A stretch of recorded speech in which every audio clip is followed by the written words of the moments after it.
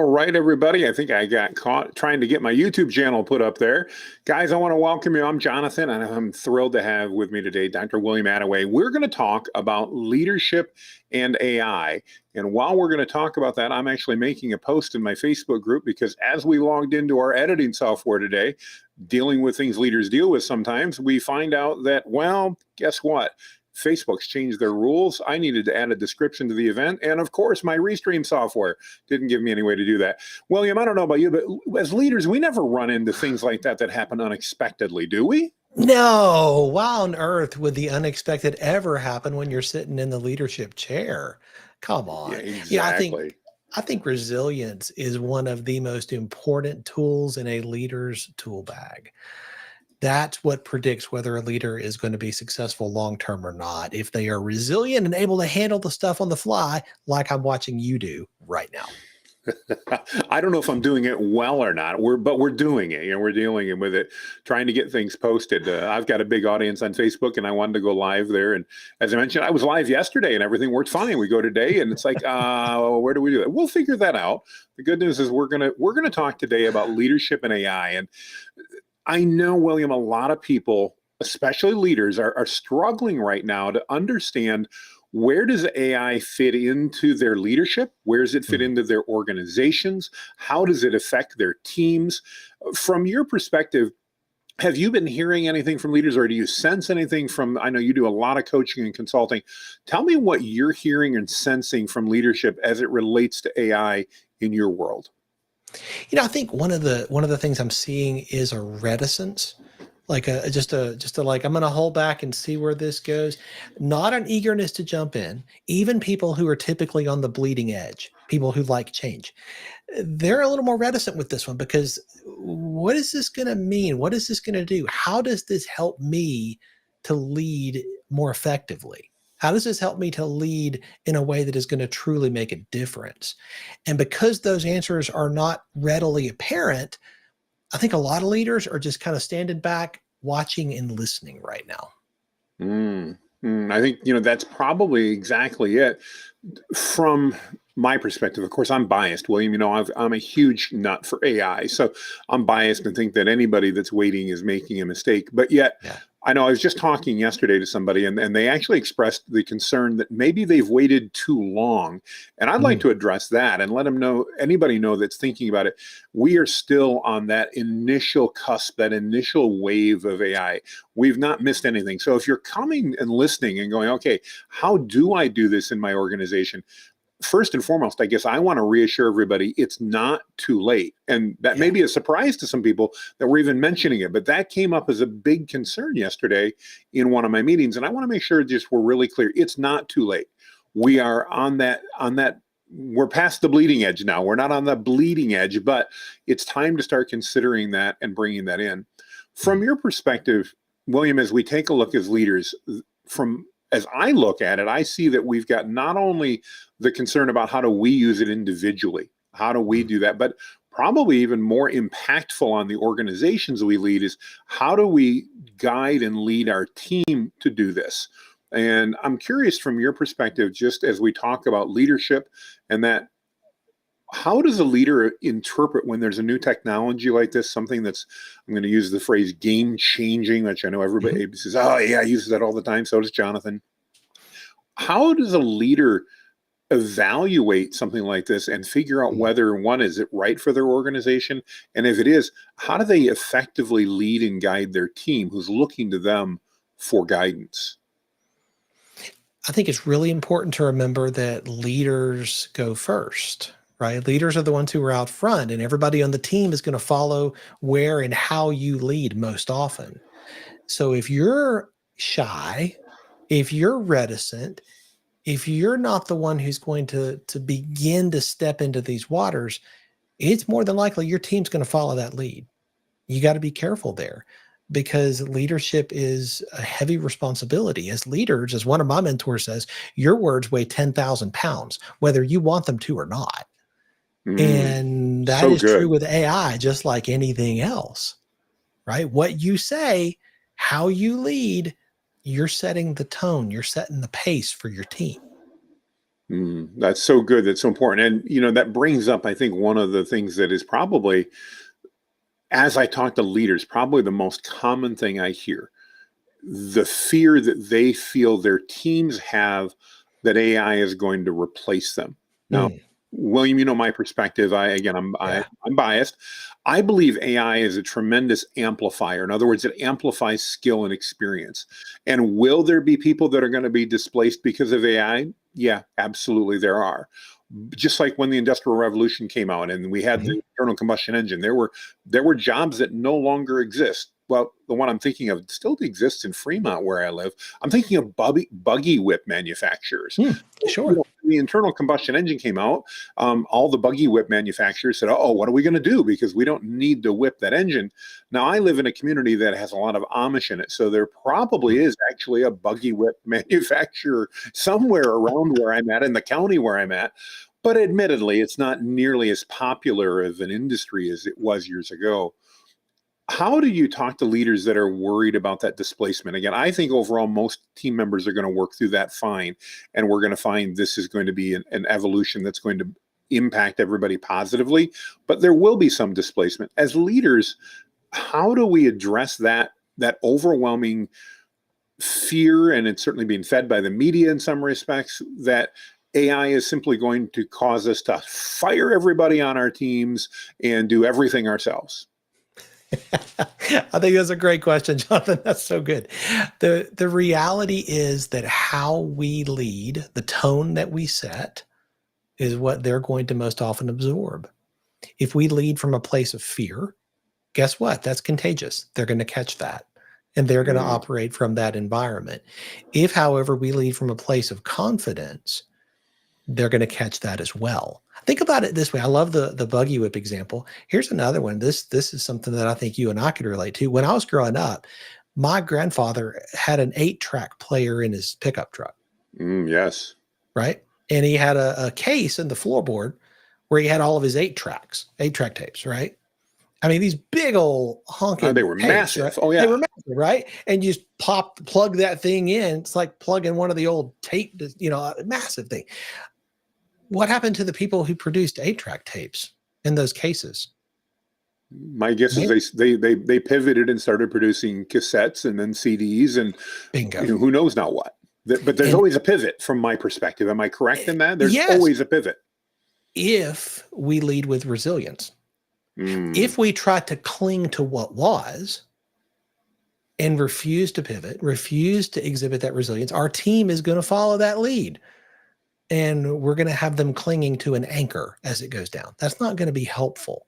As leaders, we have the opportunity to lead into the next chapter and say, hey, you know what? Change is a part of life. Change is a part of business, industry. It's part of the culture.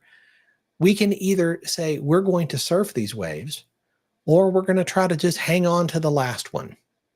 Not So something I good. recommend. So good. Well, and that makes me think. So, as leaders, we also know that we're always trying to surround ourselves with the best teams, the best Yeah. people on the best teams.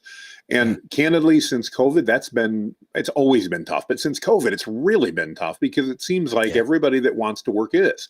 So it's hard to do that. Do you see? I mean, am I incorrect? And this just came to me as we're talking here. Are there opportunities for leaders to actually grow their teams effectively by the way in which they embrace and handle AI going forward? 100%. This is a new skill set. And what I want for everybody on my team, I want them to continually be developing and growing, Mm. right? Individually, in their skills, in the talents that they have. I want them to help them develop and grow those. And my job as a leader is to help them. There's this idea that leadership is about getting things done. And I think that's a wrong perspective. Leadership is not about getting things done. That's what happened when you were an individual contributor. Leadership is about getting things done through other people. And part of that is helping to develop our team members. Part of it is helping them to move toward their aspirations, their goals, their dreams. That's one of the joys of leadership. As we do that, we're helping the organization, the business to accomplish our objectives, to be sure. But isn't helping them to develop their skills, helping them to learn the resilience that we know is a predictor of success? Isn't that also part of leading well with all diligence? I believe it is. What are you Oh. seeing, Jonathan? First, I want to commend you on that. I absolutely believe what you're saying. Yeah, I believe that leadership, like you said, is not just about us getting things done, but is getting things done through our teams, through those that we're working with, and leading them. And I believe the vast majority of people are looking for that leadership. Yeah. I think, with the things that are happening with AI, again, for those that you may not know me, I'm a huge proponent of AI. I believe it amplifies skill and experience. In other words, Yes. to me, what that means is if, I'll use myself, I am not a heart doctor, and no one should ever, under any circumstances, want me to cut into your chest to get to your heart. It's a bad idea. Now, I could use ChatGPT and Claude and Perplexity and all these other tools that are out there to learn a lot about what it means to be a heart doctor. But I'd still never, ever be qualified to cut into somebody to do that.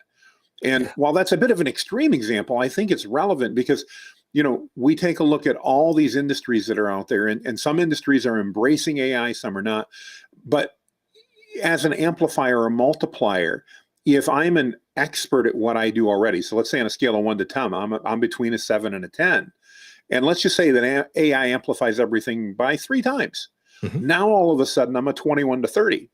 Yeah. That's a lot better than a 7 to 10. So it's a huge help. At the same point, maybe I'm not really good at what I do, so I'm only a 4. But if I multiply it times 3, now I'm a 12.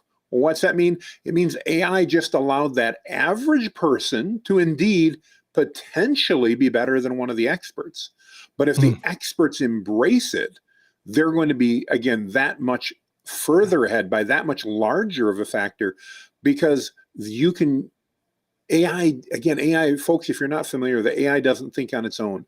AI takes your inputs. It's great at organization. It's great at data analysis. It's great at remembering things.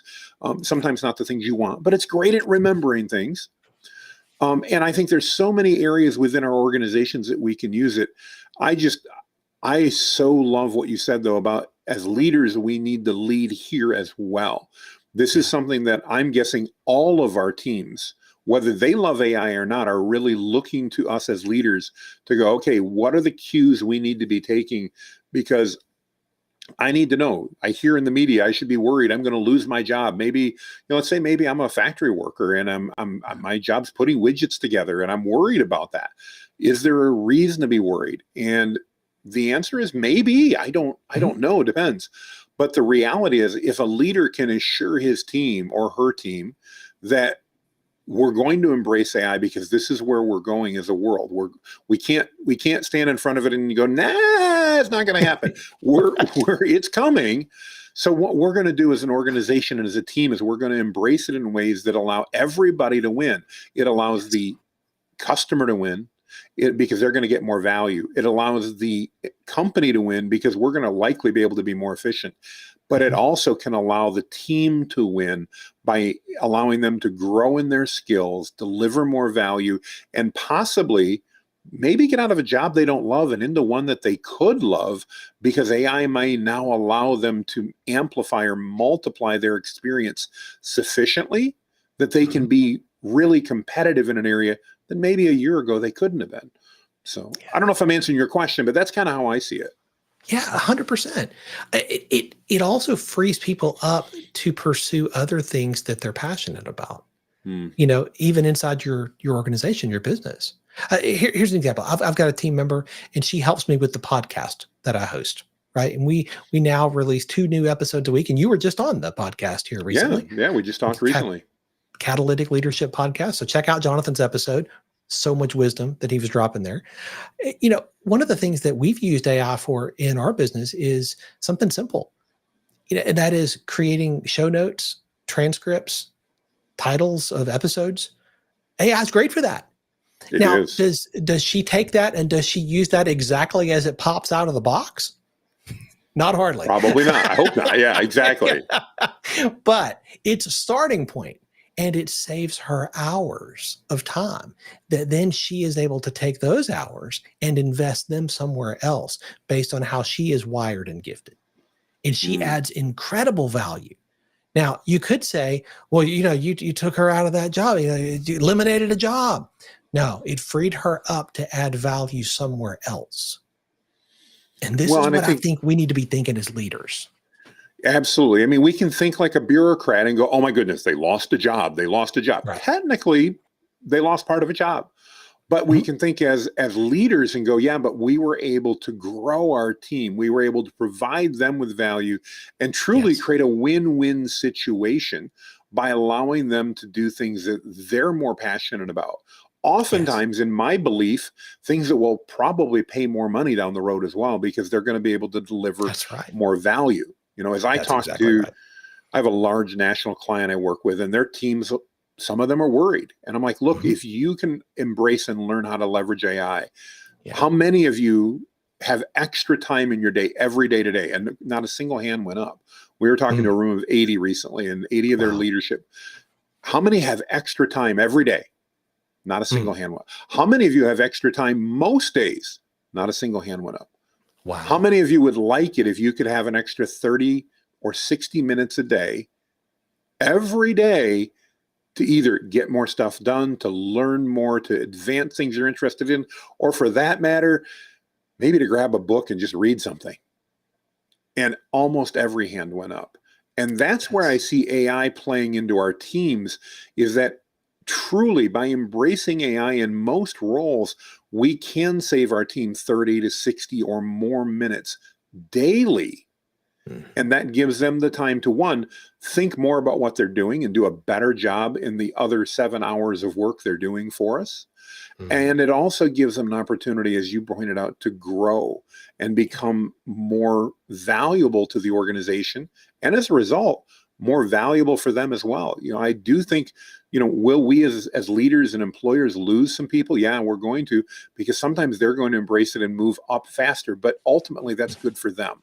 And Yes. ultimately, I think that's good for the organization that we're leading, because it defines us as an incubator that brings people in, amplifies them, allows them to grow, and then, as needed, either promotes them or helps them transition to something that's more valuable for them. And that makes us a much more desirable organization to be a part of. 100%. When a team member feels like that you are for them, that you want to help them accomplish not just the goals of the organization, the business, but their goals as well, they lean into that. I want my team members to understand AI. I want them to leverage this tool in a responsible and ethical way, to be sure.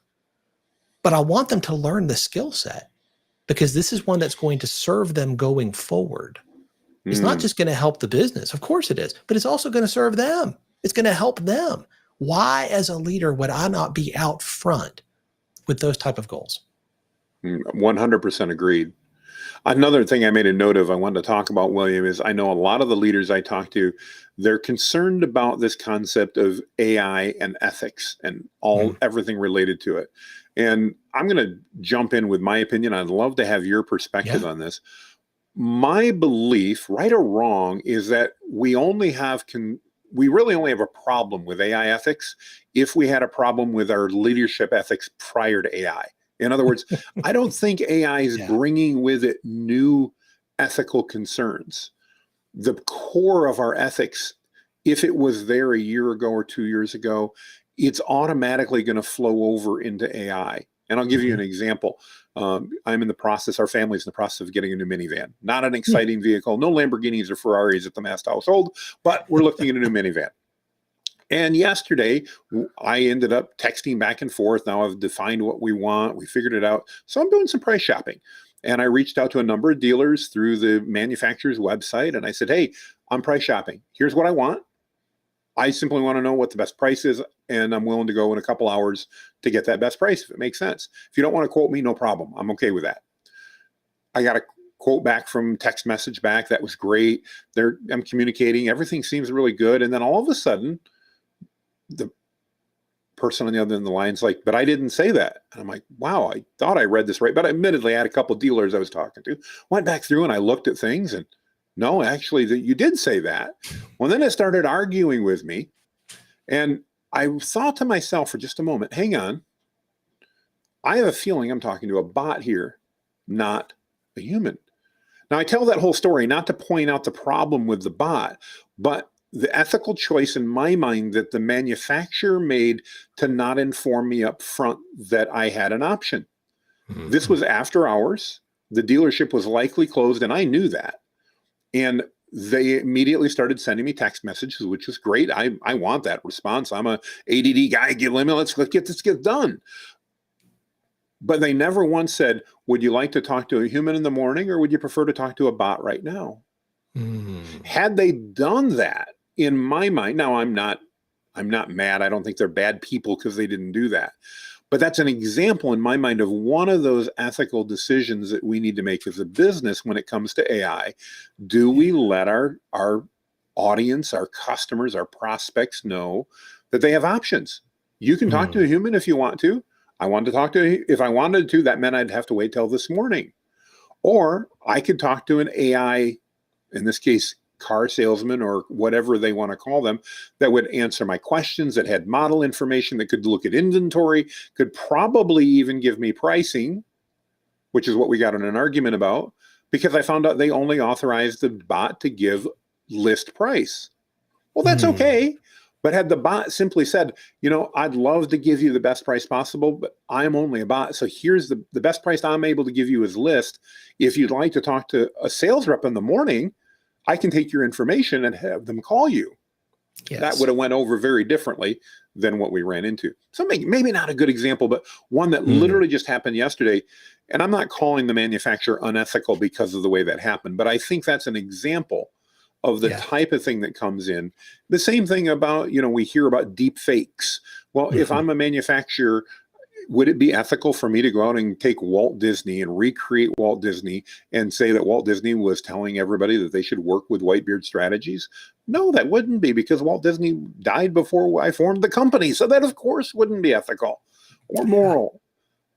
But with AI now, some people are like, well, but I could do that.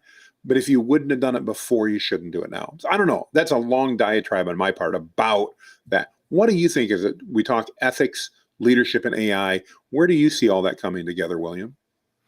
It's very much like what you said earlier in this conversation, Jonathan. It's around amplification.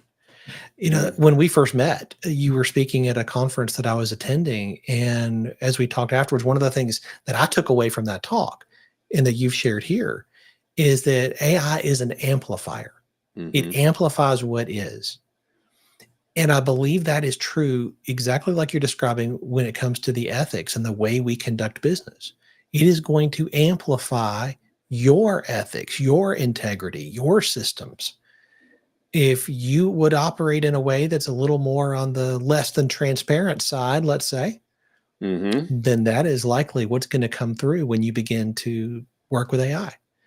If, however, you have a high standard of integrity, you have a high standard of ethics, then that is what that's what's going to be amplified as you use this tool. This is a tool. It is not a substitute for you and your ethics and integrity. It's simply going to amplify what is. I love what you said. I think that example is fantastic. And in my opinion, I think we need to lead in this area with transparency. I think we need to lead in such a way that people know exactly who they're talking to, exactly what's going on here, so that there's no confusion. I never want there to be confusion. People thinking, oh, I'm talking to William. Actually, you're not. You're talking to a machine. I never want that. I never want that conversation to be possible. Yeah. Oh, and I totally agree with you on that. And I think I love the way you brought that in, though, about the amplification on not just skills, but amplifying our ethics as well. If we're willing to play loose with the truth, AI may give us the ability, just as it allows me to get things done faster, and it may give me the ability to do that faster as well. And that can be a very slippery slope. So I think it's reasonable that leaders pay attention. But I also want to encourage leaders, this is not an area in my mind that we need to be, again, fearful about. We talked about that earlier in the podcast about, I don't believe AI is anything to be feared. I think it is something to be used. And, it reminds me of a cartoon. I'm a sales guy and have been for years, William. And I have a cartoon somewhere. I don't have it up. I'd bring it up. But it's, if you can imagine back in biblical times when they fought, hand to hand, swords and shields and everything else. And there's a cartoon, and there's the general is sitting up on a hill, a rise, looking down over his forces, and they're fighting and everything else. and there's a gentleman standing in front of the tent, but it's actually behind where the general's looking, and he's got this massive Gatling gun. Mm. Mm. And he's trying to get the general's attention, going, General, I don't have time. I don't have time. I don't have time. I'm too busy. I don't have time.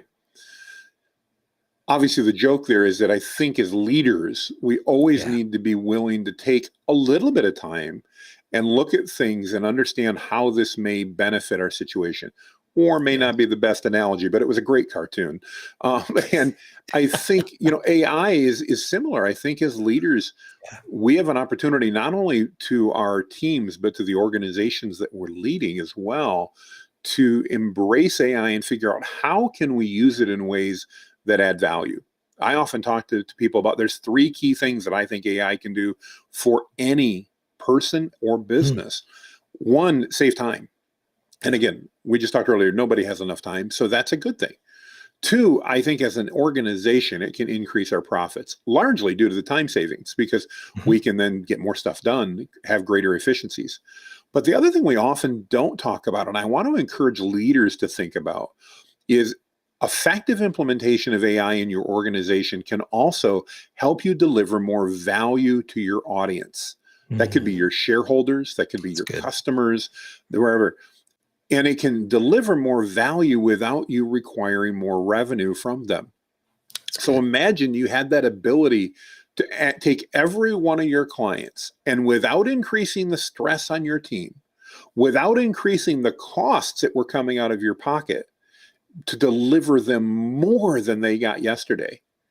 How could that not benefit the organization and everybody within it? And I think that's one of the things we need to be looking at as leaders, when it comes to AI, is how can we leverage these tools, and tools they are, as you said, how can we leverage that? I think that's spot on. We have to, when we lead from a place of fear, then we see everything as a threat. It's a threat to the status quo. It's a threat to the status quo. It's a threat to what is. As leaders, we have to approach this with a different mindset. We have to approach this not with, I have to hold on to what was. We have to think about what could be, maybe what should be. We have to think about how do we do this better? How do we make it better? How do I serve our clients better? How do I serve our team better? That's what we get to do as leaders.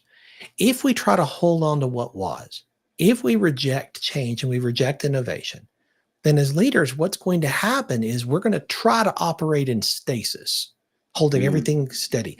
Stasis does not exist outside of a laboratory. And as a recent podcast guest shared with me, it's really hard to do in a laboratory. I bet. I bet. You're either growing or you're going the other direction, right? Stasis doesn't exist. And so when I think about this in terms of leadership, I think about we are either going to lead toward greater effectiveness and greater efficiency and greater impact, which I think is what every leader wants, or we're going to go the other direction and we're going to start to drift. Nobody ever drifts into excellence. We only drift into mediocrity or worse. That is so good and so profoundly true, I believe. Absolutely profoundly true. Well, I believe AI is providing just a huge opportunity for leaders to step up. Let's talk for just a moment about maybe people that desire to get into a leadership role.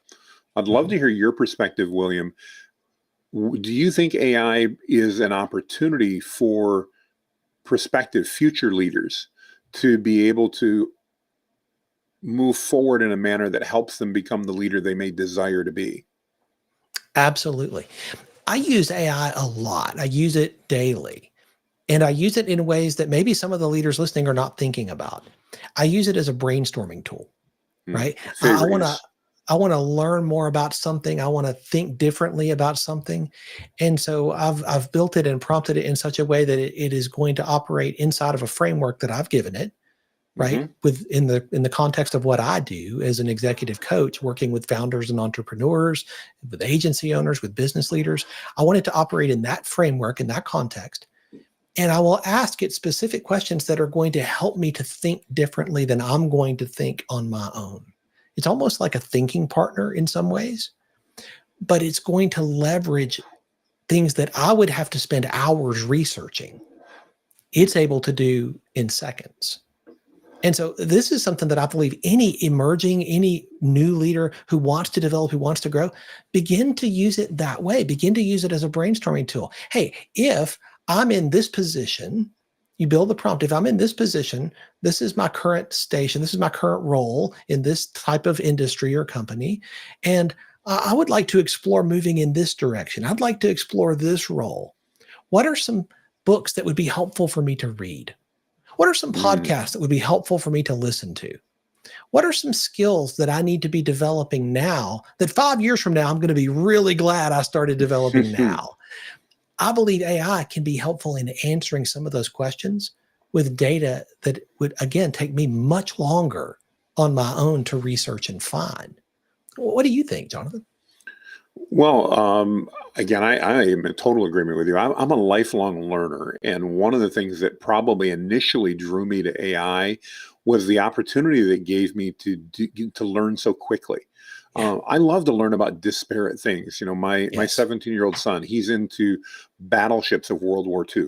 I'm not, but I want to do things with him. And in the old days, and by the way, that was a year or two ago, figuring out how to learn about those battleships in a manner that I could connect with him would be difficult, and candidly would take a lot of time on my part. And it's not that it's time that's not well spent, but it's not time with him.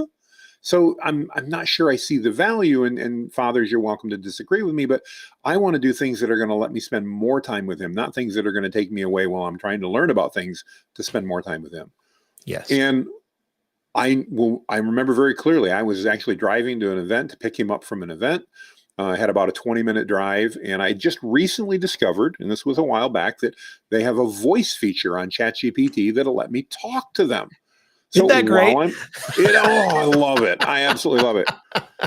And so I literally had a conversation with ChatGPT while I was driving to pick up my son. And for anybody that's worried, Karens or Nellies or whatever out there, I did it all hands-free, so it was all safe.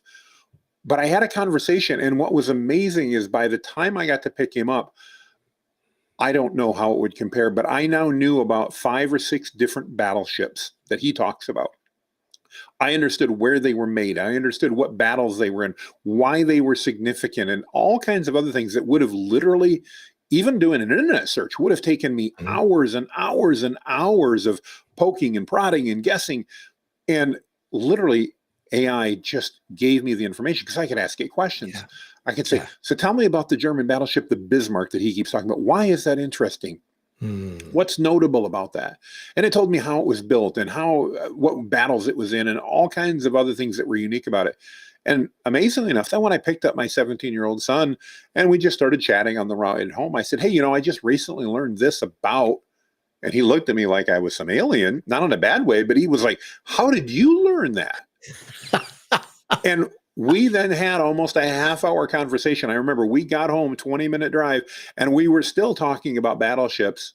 And I'm thrilled because it allowed me to connect with my son in a way that I would have probably never been able to connect before. And I know that's a personal story, but I still think it's an example. I was talking to a CEO of one of my clients the other day, and he was sharing how he loves his team. He loves his employees. He wants the best for them. But it's hard. He's managing, in this case, about, not directly, but he's got about 180 employees. It's hard to keep up on what they're all doing and what they're interested in and everything else. And I talked to him about the fact that, we can use AI to help in this because we can actually help you be able to prep for a meeting. Okay, William, I'm meeting with William in 10 minutes. What do I need to know about William? What can I be reminded of about his family status, his kids, where he lives, his passions, he's interested, what he's been doing the last 2 years in our company, what he's been doing the last 2 weeks in our company. And literally within seconds now, that information can be brought to him as a CEO, and he can form a better relationship with those team members. And people may go, oh, but Jonathan, that's not it. That's not being sincere. Of course it is. If he wasn't sincere, he wouldn't learn it in the first place. If he wants to, now AI gives us that ability to do that faster. So I think it's a tremendous tool for learning, as you shared. And I would encourage leaders and wannabe leaders to really leverage it to pursue things that they're passionate about. Or, one of the things that happens probably to you, you've got more books behind you than I do. You've got bigger bookcases, but people are always recommending books to me. Yeah. And I make a habit. I buy them all. I just buy them because I love books. I mean, I haven't read everything back there. Most of those I have. I've got more out in front of me you can't see. But I love books. Yeah. But now when I buy the book, I also go, tell me, and by the way, ChatGPT knows a bit about me through custom instructions. Tell me what are the key takeaways from this book for me? Ooh. And now what I've found by that is I'm able to actually implement things quickly. And in some cases, go to specific areas in a book that are going to impact me, my team, my family immediately, as opposed to, I've got a list here, 12 books I have yet to read. I just got my newest one right here. I'm not no promo, but this one literally got 2 days ago. I haven't read it yet, but I already went to AI and I know what the book is about. And I found out some of the key takeaways for me so that I can implement some things immediately because of that. And again, that's just something I could have never done before. I love that. One of the things that I've been using lately is trying to get AI to help me generate good questions. I believe questions, the right questions, are how you get the right answers. Yeah. One of my favorite books on this topic is by John Maxwell. Good leaders ask great questions. Great author. And as I read that book, and I've read it a couple of times, it really stressed to me the importance of developing this tool as a leader. Asking great questions of your team, of your clients. This is something as leaders that we can actively work on. And AI is a tool that I'm leveraging these days to help me craft better questions that I use with clients, that I use with team members. Hey, I'm thinking about this thing. I'd like to get this information. What are some ways that I can ask this? And give me 15 examples. And I'll get 15 examples. Now, 12 of them I wouldn't use. But three of them, I'm like, I could take a piece of that, a piece of this, and I'm going to adjust that just a little bit. And all of a sudden I have a question that might have taken me an hour or two that instead took me a matter of minutes. Yeah. And as leaders, we're more than anybody else probably in that situation where we don't have enough time. And that time sometimes means we're taking away from the reason we're at work, our family, our friends, our hobbies, the things the lifestyle that we want ends up suffering because we end up spending more time in work. What about if we can embrace AI to use it just even to save ourselves an hour a day? And maybe we could try to promise as an overachieving leader that maybe we only want to use 30 minutes to do more work. But I just imagine if you could free up some time every day or over the course of a week. Imagine what 5 hours a week could mean. Could mean a Saturday you didn't actually have to pull the laptop out, or something else that could happen with you that would allow you then to spend time with the reason you're working, your family, your friends, your hobbies. I'm a huge nut for motorcycles. I've only rode my motorcycle probably 6 times this entire summer, not because I don't want to, but because I'm distracted with too many other things. That's all on me, by the way. But if I need an encouragement and go, you know what? I could ride an extra half hour a week if I just, maybe an extra hour a week. Maybe I could even do it twice a week if I just would learn to do a couple things better. I think as we wrap up, William, I'd love to give everybody a couple of practical examples of things they could do. You mentioned brainstorming, and I think that's, as a leader, I think it's by far and away one of the most impactful ways we can use AI. In fact, I just recently set up a board of advisors that's made up of historical and even a couple of fictional personas to advise me on things. So, for example, I have Steve Jobs on my board. Now, it's not Steve Jobs, but AI knows a lot about Steve Jobs. And so when I add him to my advisory board, he can, or a version of him or a avatar can give me counsel as Steve Jobs might. I also had a little fun, and I happen to love the movie Iron Man. So I added Tony Stark from Iron Man, a fictional character, which AI also knows a lot about. And I added a total of 8 people. I won't go through the whole list. But one of the great things I've always loved brainstorming, and you just mentioned that, is that ability to pull and get somebody else's perspective. Hypothetically, maybe I want to talk and find out, what would Rockefeller have done? Hmm. It's not guaranteed you're going to get the exact answer, but AI knows Rockefeller and knows the things that he's done. Or maybe Andrew Carnegie, and what is the things has Andrew Carnegie done? You could actually now literally go and say, I'd like you to act as though you're using Andrew Carnegie's history and his tone and his style and his knowledge. And based on that, how do you think he would answer? Hmm. So there are things like that we could do. I'd love to give people just a couple more. I know one of mine that I use all the time is writing emails. As a leader, there's Yeah. emails. It's one of the main ways I communicate. And there's Yeah. emails that often I didn't take the time that I should have to go through.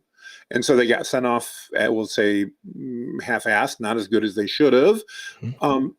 But now I can literally go to AI and I can say, here's my audience. Here's what I'm trying to do. Maybe it's a memo to my team Mhm. or to a vendor or whatever. Here's what I want to accomplish. And AI can get me 95% of the way there in about 12 seconds. And then all I have to do is edit stuff.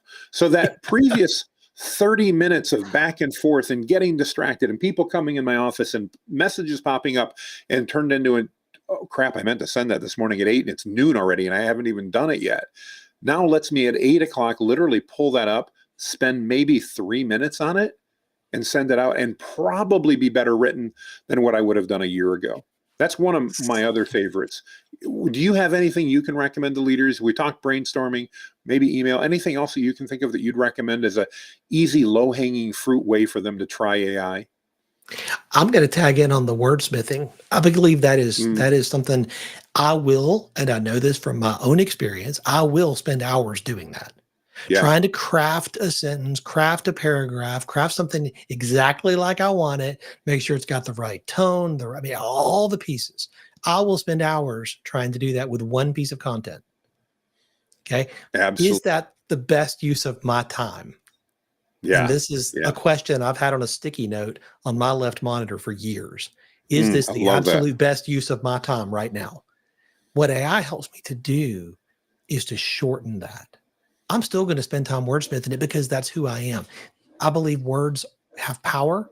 I believe that when we spend time crafting the right words, it helps us to communicate the right way. Hmm. But I can shorten that time period. I can shorten that commitment without Yes, sacrificing the end result. This is one of right. the things I Yes. use AI for. Yeah, absolutely 110%. Great, great idea. I love that. Well, before we're done, I want to go ahead and I want to remind everybody that, William, you were super generous and agreed to give out to anybody that watched this particular episode. I believe it was the first chapter of your upcoming book. Can you tell us a little bit about that? I'm putting a link down below. I know it's a long link, everybody, but if you would go ahead and if you want, you can put that into your browser. By the way, here's a tip for you. Do a screen capture right now on your computer and then upload that to ChatGPT and say, give me the website address that Jonathan put on this slide, and it'll do that for you. You don't have to remember that. But if you go here and register, not only will you get a copy of the replay, we'll send that out to everybody, but you'll also get, William, tell them about your new book and what you're giving them as a result of that. Absolutely, Jonathan. So I have a new book coming out in January. It's called The Catalytic Mindset. You get to choose.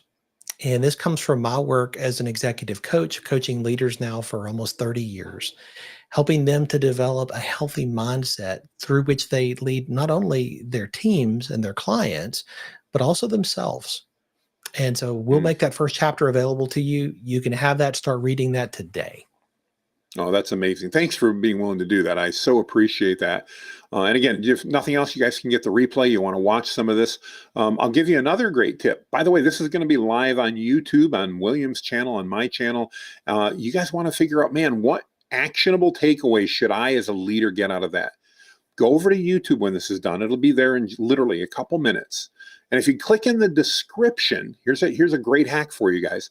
You're going to see a button that says Show Transcript.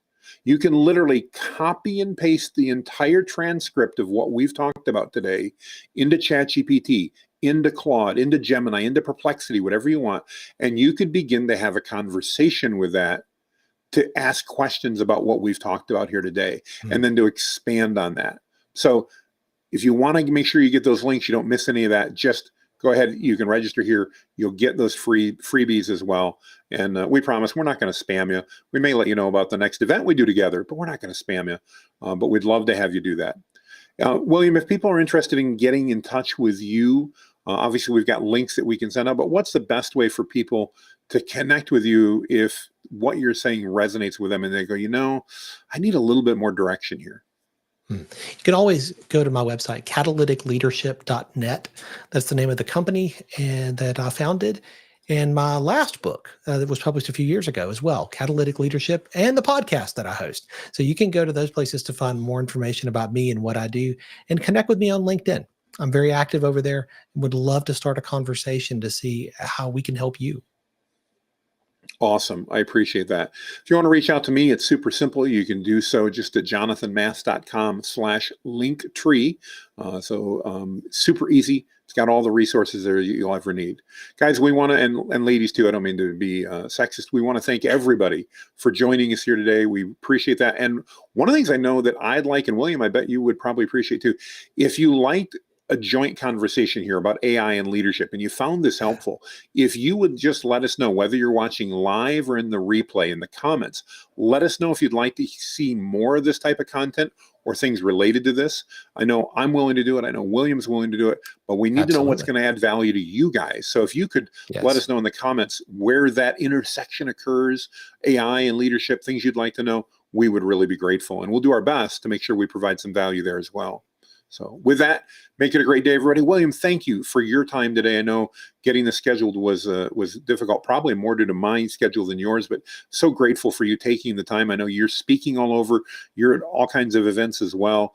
Nothing like meeting in Cancun in the middle of July, which we did, which I'm still trying to figure out why July was when we were both in Cancun as opposed to February, but it was amazing. And I'm thrilled that we had the opportunity to meet, and just want to thank you again for your time today. Well, Jonathan, thank you. I've so enjoyed this conversation as well as the ones we've had previously. And I look forward to seeing how we can add value to the people who are watching and listening to this. Awesome.